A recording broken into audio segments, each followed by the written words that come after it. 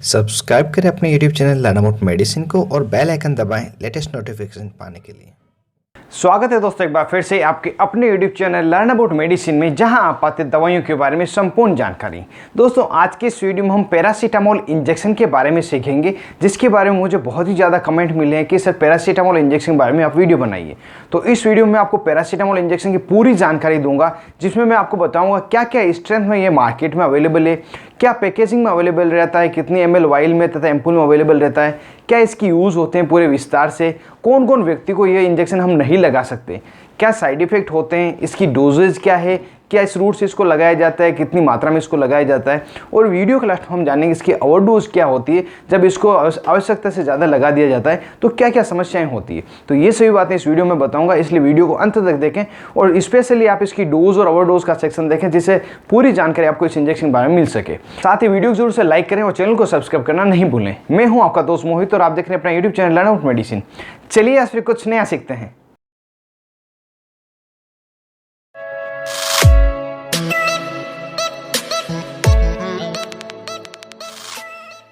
Hello friends, नमस्ते दोस्तों। Paracetamol को एसिटामिनोफेन के नाम से भी जाना जाता है और ये एक NSAID non steroidal anti inflammatory drug class की दवा है, जो कि एंटीपायरेटिक, एनाल्जेसिक तथा एंटी इन्फ्लामेटरी प्रॉपर्टी रखती है।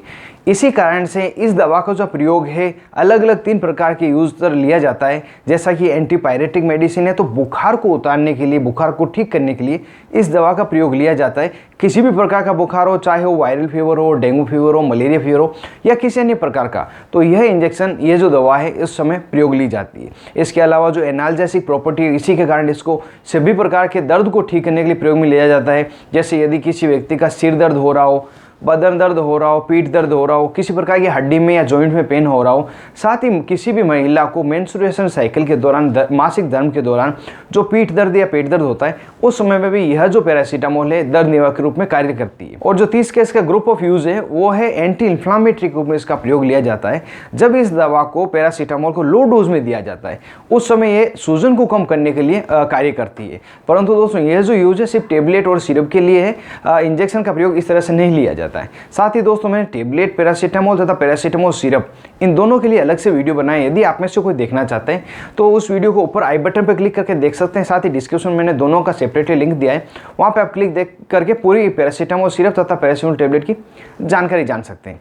दोस्तों यदि पैरासीटामोल इंजेक्शन की स्ट्रेंथ की बात की जाए, क्या क्या स्ट्रेंथ में मार्केट में अवेलेबल है, तो ये 50 मिलीग्राम पर 1 ml की स्ट्रेंथ में अवेलेबल रहता है। इसकी 2 ml की एम्पुल तथा 3 ml की एम्पुल मार्केट में अवेलेबल है। साथ ही 10 ml की वाइल जो मल्टी डोज वाइल में रहती है, ये अवेलेबल है।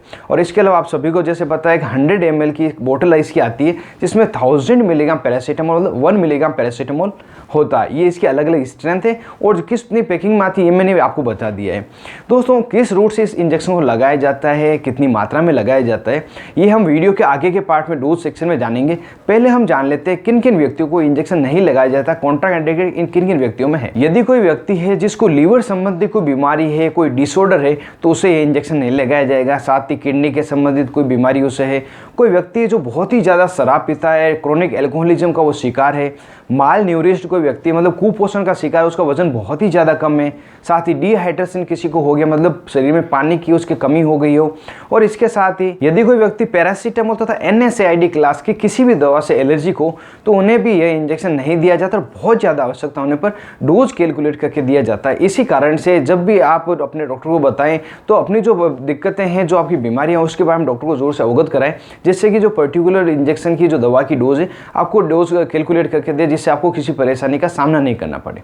हालांकि दोस्तों पैरासीटामोल इंजेक्शन बहुत ही सेफ इंजेक्शन है, बहुत ही कम इसके साइड इफेक्ट देखे गए, फिर भी लेस देन 1% पेशेंट में इसके साइड इफेक्ट देखे गए। वो क्या क्या होते हैं वो मैं आपको बता दूं। जिस किसी व्यक्ति को यह इंजेक्शन लगेगा तो at the site of injection, जिस जगह पे इंजेक्शन लगा है वहाँ पे रेडनेस हो जाएगी, स्वेलिंग हो सकती है, थोड़ी बहुत खुजली हो सकती है, साथ ही थोड़े बहुत रेसेस हो सकते हैं। ये कुछ परेशानी देखने के लिए मिलती है। इसके अलावा नोजिया, वोमिटिंग रहना, पेट में दर्द होना, सांस लेने में समस्या होना, सिर दर्द होना, किसी व्यक्ति को चक्कर आना, हार्ट रेट का फास्ट या कम हो जाना, घबराहट होना, साथ ही बहुत ज़्यादा पसीना आना, ये कुछ साइड इफेक्ट हो सकते हैं। और हो सकता है जो मैंने साइड इफेक्ट बताए इनके अलावा दूसरे अनवांटेड कोई इफेक्ट आपको मिले। यदि ऐसा हो तो तुरंत ही अपने डॉक्टर को, जो अपने नर्सिंग स्टाफ है उनको बताएं, जिससे कि इंजेक्शन आपको लगाना बंद करें और फ्यूचर में इस इंजेक्शन को आप नहीं लगाएं। अपने डॉक्टर को बताते रहें कि इससे मैं साइड इफेक्ट है, इससे एलर्जिक हूँ, तो वो इंजेक्शन आपको नहीं लगाएंगे। दोस्तों अब जान लेते हैं पैरासीटामोल इंजेक्शन की डोज क्या रहती है, किस रूट से इसको लगाया जाता है, किस तरह से इसको लगाया जाता है।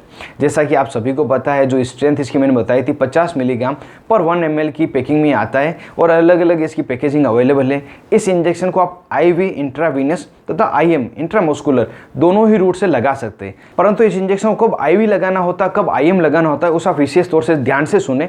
जब भी आप इसकी 2 ml की पैकिंग खरीदते हैं, 3 ml की एम्पुल पैकिंग खरीदते हैं, तो उस समय यह जो इंजेक्शन है ऑयल बेस्ड प्रिपरेशन में आता है, तो उस समय इसको IM ही लगाना होता है, उस IV नहीं लगाया जाता है। और जब भी मल्टी डोज भी इसकी 10 ml की जो पैकिंग आती है उसे भी IM लगाया जाता है। हाँ, हालांकि ऐसा है, कुछ ब्रांड नेम जैसे फेब्रिनिल है पैरासीटामोल इंजेक्शन की, उसके ऊपर IV लिखा आता है, तो उसको डायरेक्ट IV पुश नहीं करना होता, उसे NS 100 ml में मिला के धीरे धीरे IV स्लोली पुश करना होता है। इस तरह से लगाया जाता है। और जब भी आप एम्पुल पैकिंग लगाएं 2 ml 3 ml की, उस एम्पुल पे जरूर से देख लें IM या IV लिखा हुआ है, किस तरह से आपको लगाना है। यदि थोड़ी बहुत भी मिस्टेक करते हैं तो व्यक्ति को बहुत ज़्यादा समस्या का सामना करना पड़ सकता है, यह आप ध्यान रखें।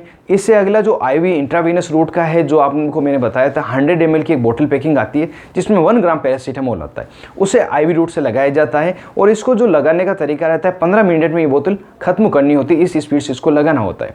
और जब आप ये इंजेक्शन लगाते हैं तो शुरुआत में पेशेंट को जब IM लगाया जाता है, ऑयली बेस होने का बहुत ही ज़्यादा दर्द करता है, तो इसके बारे में आप पेशेंट को जोर से अवगत कराएं। और यदि आप पेशेंट आप ध्यान रखें कि जब पैरासीटामोल इंजेक्शन आपको लगेगा, एक बार आपको जोर से वो पेन करेगा।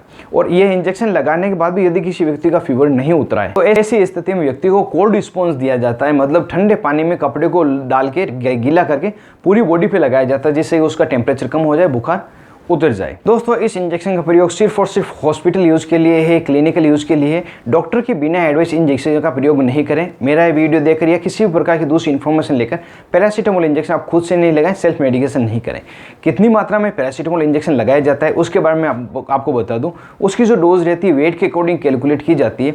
बच्चों के लिए मैं यहाँ पे डोज नहीं बता रहा हूँ, उसके लिए पीडियाट्रिक अपने अलग कैलकुलेशन करके देते हैं। बच्चों को वेट और दूसरी अदर कंडीशंस देखते हैं, उसके अकॉर्डिंग देते हैं। यहाँ पर मैं 35 किलोग्राम के व्यक्ति और उससे ज़्यादा 50 किलोग्राम तक के व्यक्ति की डोज आपको बताऊंगा। जो व्यक्ति 35 किलोग्राम से 50 किलोग्राम तक का है तो उसको 15 मिलीग्राम प्रति किलो बॉडी वेट के अनुसार दिया जाता है। और यदि आप इसको IV इंजेक्शन 100 ml वाला लगा रहे हैं तो उस समय आप 75 ml ही ज़्यादा से ज़्यादा एक बार में पुश करें। और यदि कोई व्यक्ति जिसकी 50 किलोग्राम से ज़्यादा वजन है तो उसे 1 ग्राम का जो इंजेक्शन है 1000 मिलीग्राम पैरासीटामोल का 100 ml IV पूरा पुश किया जा सकता है। और इस इंजेक्शन को दिन में 3 बार से लगाकर दिन में 4 बार लगाया जाता है। और मैक्सिमम जो इसकी डोज है 3 ग्राम से 4 ग्राम होती है, 4 ग्राम से ज़्यादा इसे नहीं लगाया जाता है। और कई बार इस इंजेक्शन को बहुत ही थोड़ी देर बाद लगाया जाता है, उस समय से मिनिमम 4 आवर्स का डिफरेंस होना कंपलसरी है। और जब आप 4-4 घंटे के गैप से लगाते हैं तो उस समय 12.5 मिलीग्राम पर किलोग्राम बॉडी वेट के अकॉर्डिंग लगाया जाता है। और उस स्थिति में भी पैरासीटामोल इंजेक्शन की जो डोज है एक दिन में 4 ग्राम से ज़्यादा नहीं होगी। दोस्तों जो पैरासीटामोल इंजेक्शन की डोज है उसको लगाते समय बहुत ही ज़्यादा कंफर्मेशन रखनी जरूरी है, बहुत ही ज़्यादा कॉन्फिडेंट रहने की आवश्यकता है। क्योंकि कई जो नर्सिंग स्टाफ है वो मिलीग्राम तथा मिलीलीटर mg तथा ml में कन्फ्यूज़ हो जाते हैं और पेशेंट को ओवरडोज दे देते हैं। पेशेंट ओवरडोज का शिकार हो जाता है, जिससे पेशेंट को बहुत ही ज़्यादा समस्या का सामना करना पड़ता है। यदि आप पेशेंट हैं तब भी आप अपने बॉडी वेट के अकॉर्डिंग जरूर से ध्यान रखें कितना आपको इंजेक्शन लगाया जा रहा है। जब पेशेंट को ज़्यादा इंजेक्शन लग जाता है, ज़्यादा प्रॉब्लम हो जाती है तो कई बार वो कोमा में या डेथ भी उसकी हो सकती है। इसलिए इस समय बहुत ही ज़्यादा सावधान रखें। थोड़ा बहुत भी कन्फ्यूजन हो तो डॉक्टर से जोर से कंसल्ट कर लें। यदि किसी व्यक्ति को पैरासीटामोल इंजेक्शन की ओवरडोज दे दी जाए, ज़रूरत से ज़्यादा मात्रा दे दी जाए, तो उसको क्या क्या प्रॉब्लम हो सकती है उसको भी मैं एक नज़र में आपको बता दूं क्या क्या प्रॉब्लम हो सकती है। ओवरडोज लगने के 24 घंटे बाद में व्यक्ति को नोजिया, वोमिटिंग रहना, उल्टी मतली होना, बहुत ही ज़्यादा थकान होना और पेट में दर्द होना, ये कुछ समस्याएं 24 आवर बाद में उसको देखने के लिए मिलती है। और कुछ दिनों के बाद में व्यक्ति को स्किन येलो कलर की हो सकती है, कुछ कन्फ्यूजन हो सकता है, क्लोटिंग संबंधी कुछ समस्या होती है, मतलब खून का जो थक्का बनता है उसके संबंधी कोई समस्या हो सकती है, लीवर उसका डैमेज हो सकता है, किडनी डैमेज हो सकती है और कई केसेस में डेथ भी व्यक्ति की हो सकती है। ये समस्याएं बहुत घातक देखी गई है। जब इसकी ओवरडोज दे दी जाती है तो ज़रूर से आप इसकी जो डोज कैलकुलेशन है अपने डॉक्टर से बार बार पूछ के कंफर्म करके ही लगाएं। अगर थोड़ी सी भी गलती हुई आप बहुत बड़ी आफत आ सकती है। चाहिए। तो ये बातें ज़रूर से ध्यान रखें, और अगर आप पेशेंट हैं तब भी डोज का कैलकुलेशन बिल्कुल से ध्यान रखें। और जो मैंने कंप्लीट डिटेल बताई है डोज और ओवर डोज की, तो आपकी सामान्य जानकारी के लिए बताइए, ऐसा नहीं कि मेरा वीडियो देख के आप फिर सेल्फ मेडिकेशन करने लग जाएं। तो बार बार मैं आपको हिदायत दे रहा हूँ, कृपया आप ऐसा नहीं करें।